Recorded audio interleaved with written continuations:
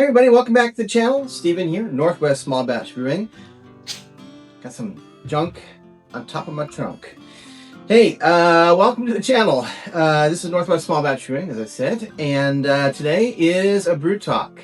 I am in the middle of brewing several things right now, and those will be coming along shortly.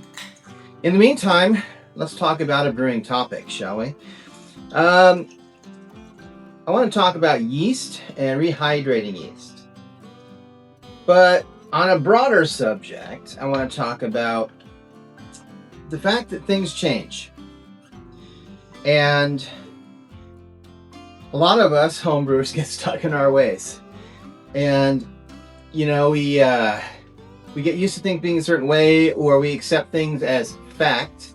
And then when it's proven later that's not fact, we don't really change our ways, because that's just how it's so ingrained in us, right? For example, this one's obviously a very well-known debunked thing. Everybody knows it by now, but it used to be that they would tell you that if you squeeze the grain bag, if you're doing a brew in a bag system, to get all the wort out of the grain, it would create tannins because you're squeezing, the grain. In fact, they have proven that's not true at all. Not true. In fact, we could probably do a whole video on this theme of things that people thought used to be true, but they really aren't. I tend to try things myself and then decide for myself whether something is really true or not, or works for me. For example, Clayhammer Supply has proven that it is true that you do not need to have it completely open, meaning no lid on your boil kettle, to get rid of DMS during the boil. The fact is, most grain anyway has been super highly modified these days, and DMS really isn't a huge issue like it used to be, but just having a crack in the lid is enough, a small crack, to let steam out. As long as steam is getting out somehow, DMS is getting out. Anyway, there's lots of these little tidbits. These little things are, people thought things were a certain way, turns out not so much anymore. So, going back here full circle, do you hydrate your yeast? So dry yeast, rehydrating it before you actually pitch it into your wort.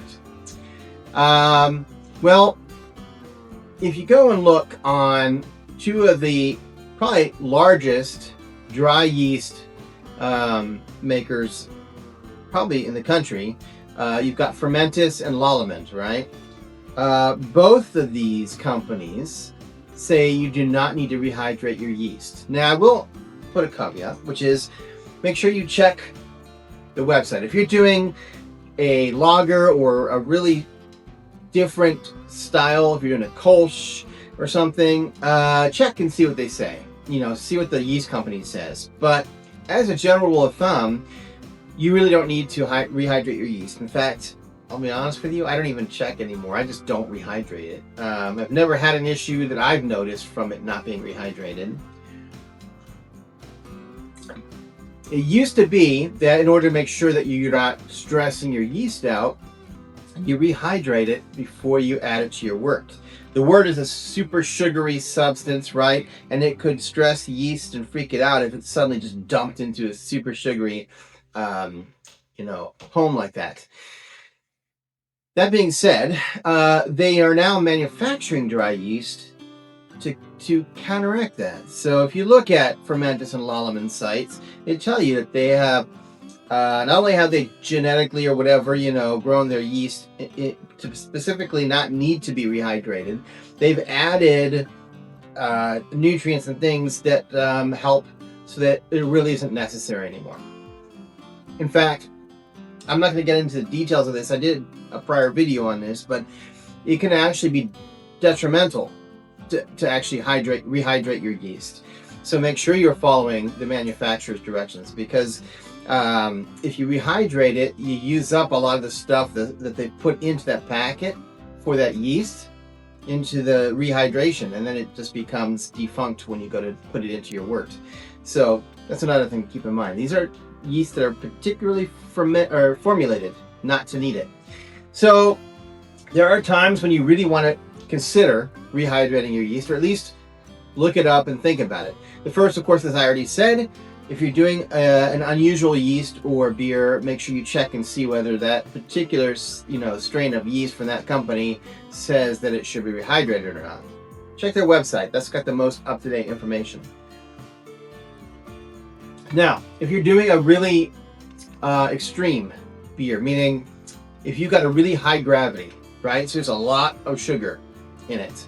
Not only should you probably rehydrate the yeast, because now you're dealing with, an unusual beer, I should say. Usually you're going to want extra yeast for that too. You're going to want to like double pitch at least. Some people would say triple or quadruple, believe it or not, depending on how high that original gravity is. But if you're like above 1080 on your gravity, for your original gravity, you should probably rehydrate the yeast. The same thing has to do with temperature. Again, extremes, right? I know a lot of people like to use Kveik and ferment hot.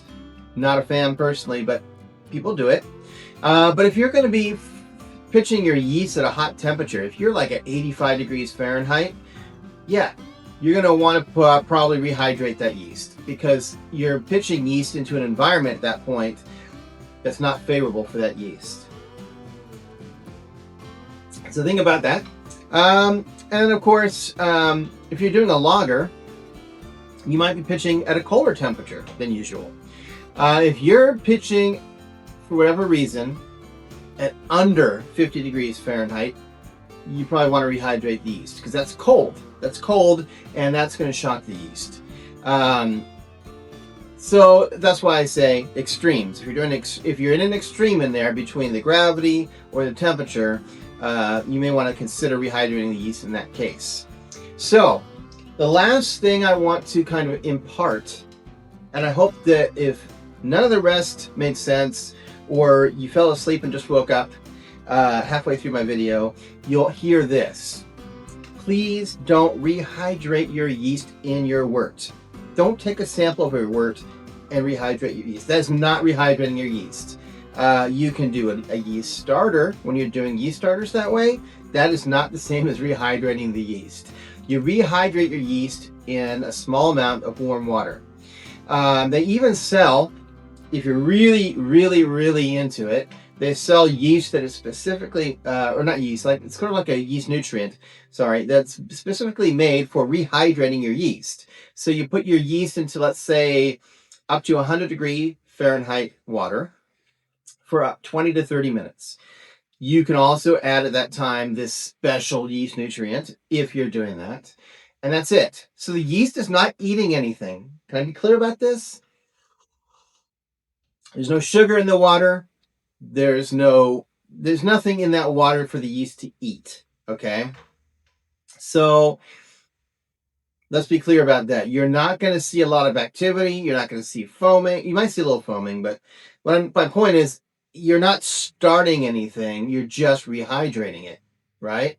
So that can be confusing for people when they think it's supposed to be doing something when it's not.